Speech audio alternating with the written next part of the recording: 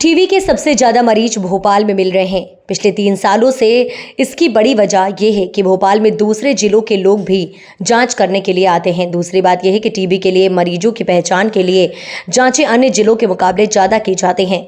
अनुमान है कि अनुसार प्रति लाख आबादी पर टीबी के 216 मरीज होते हैं, लेकिन हकीकत इससे 2 गुने मरीज मिल रहे हैं।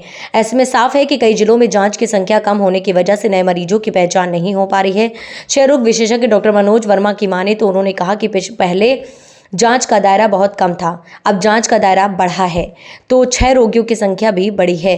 पहले भी ये बीमारी होती थी, लेकिन उनकी सही जांच नहीं होने से पता नहीं चल पाता है। डॉक्टर वर्मा ने कहा कि अब नई तकनीकी आने से इलाज भी आसान हुआ। स्मोकिंग करने वाले, खदान पर काम करने वाले मजदूर, शुगर रोगी या जिनको 2 हफ्ते से ज़्यादा खांसी है, उनकी भी जांच की जा रही है। दरअसल मरीजों की पहचान करने के लिए अभियान चलाया जाता है। डॉक्टर टीबी मरीजों के स्वजन की जांच करते हैं। ज़्यादा जांचों की वजह से मरीजों की संख्या ज़्यादा रहती है। नियमित इलाज से करीब 6 महीने में मरीज ठीक हो जाता है।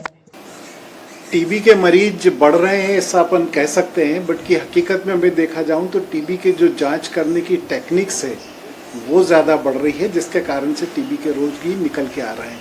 पहले हम जिसको 2 सप्ताह की खांसी होती थी उसकी जांच कराते थे, अब हमारा दायरा बढ़ गया है जिसमें 2 सप्ताह की खांसी हो उसकी भी जांच कराते हैं, 2 सप्ताह का बुखार हो उसकी भी जांच कराते हैं, किसी का वजन कम हो रहा है उसकी भी जांच कराते हैं, किसी को डायबिटिक है उसकी भी जांच कराते हैं, कोई अगर स्मोकिंग करता है उसकी भी हम जांच कराते हैं, कोई खदानों में काम करने वाले श्रमिक भाई हैं उनकी भी जांच कराते हैं। तो हमने जब जांच का दायरा बढ़ाया है तो डेफिनेटली मरीजों की संख्या ज़्यादा निकल के आ रही है, इसलिए ऐसा प्रतीत होता है कि टीबी के मरीज बढ़ रहे हैं।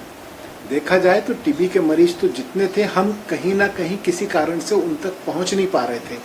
अब हमने जांच का दायरा विस्तृत करके जहां तक हम पहुंच नहीं पा रहे थे वहां भी पहुंच के हमने टीबी के मरीजों को खोजा है और निकाल के उनको इलाज पे रखा है, क्योंकि लक्ष्य है कि अब 2025 तक हमें टीबी का उन्मूलन करना है।